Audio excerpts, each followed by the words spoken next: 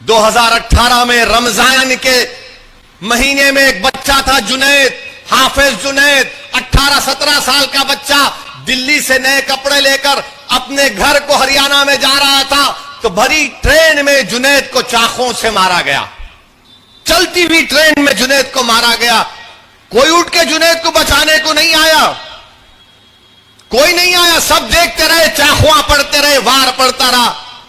Platform आया, train रुकी तो उसका भाई अपने जख्मी भाई को उठाकर प्लेटफॉर्म पर उठाता है और कहता है कि कोई मदद करेगा मेरे भाई को, क्योंकि 50 सीढ़ियां चढ़ के दूसरी जगह उतारना है।